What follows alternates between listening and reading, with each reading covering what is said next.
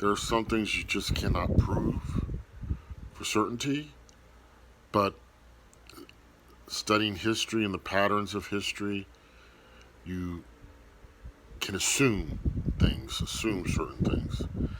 And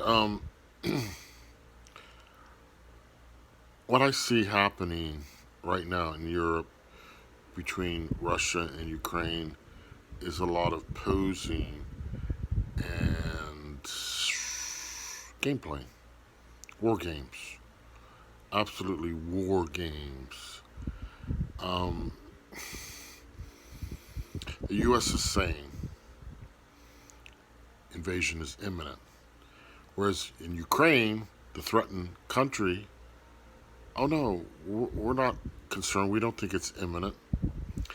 Then you have all the stage players running around, the diplomats and uh, national leaders like Macron going to Russia to negotiate.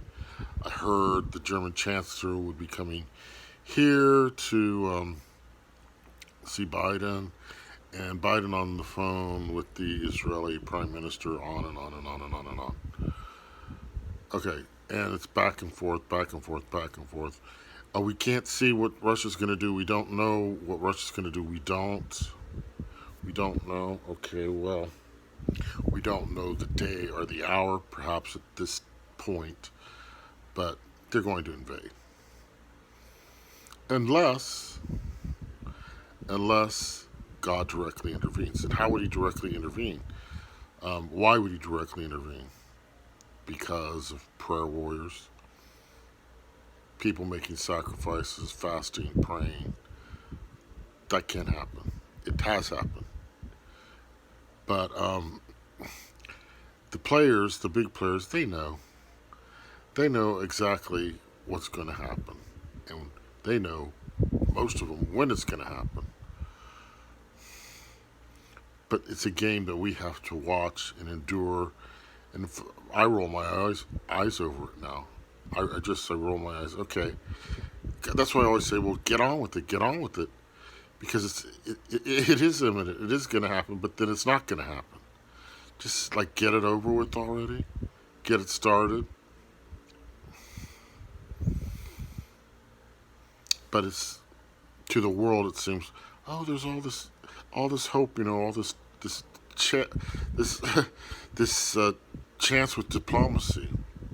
Meanwhile, you got 100,000 troops on the border ready to march right in, and all the tanks and planes and whatever is needed to carry out a full invasion. And this is just not done casually. Go back to World War II. When it was time to move, it was time to move, and Hitler made his move. Now, in no way am I comparing the type of leadership Hitler had to Putin, but because Hitler had the absolute goal of taking over the whole world. But there's a little bit of a conqueror in Putin too. And all we have to do is sit back and watch and pray. If you are one of those called to pray that this be mitigated or diminished or delayed for whatever reason, if that is your calling, if you are one of the prayer warriors, then do it. I find it extremely annoying myself. I do. I find it extremely annoying because it's just a game. It's all a big stage set. And here's the tragedy of it. The ones at the bottom are the victims. On every side, the soldiers. They're the ones that are going to suffer. They're just carrying out their duties. They're just doing what they're told. They're just being patriotic. They're just loving their nations, not the leaders. Although Putin loves his country. He does. There's no question that Putin loves Russia. But there's the big picture. The big picture that we always have to keep in mind. What is the ultimate objective of all this? Is war necessary? Is war necessary for the new world order demons to bring their plans into fruition? Is that what it will take to bring the people into submission, to have them begging for mercy so that the AC can make his appearance on the stage and things start to really happen. So this is what I don't know. Is it necessary?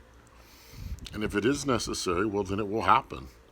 Because that's what's going on now. That's what this is all about. Economy's about to collapse. Nation's about to go to war.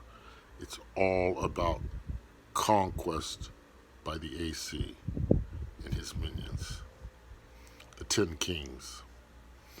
Don't be deceived. This is where it's heading. And whatever is necessary to bring it about, they will use. And if that includes war and limited nuclear attack, so be it. That's what their plan is. So in the meantime, though, I roll my eyes and think, wow, they really think we don't know. Because most people, 99%, don't know. You do, though.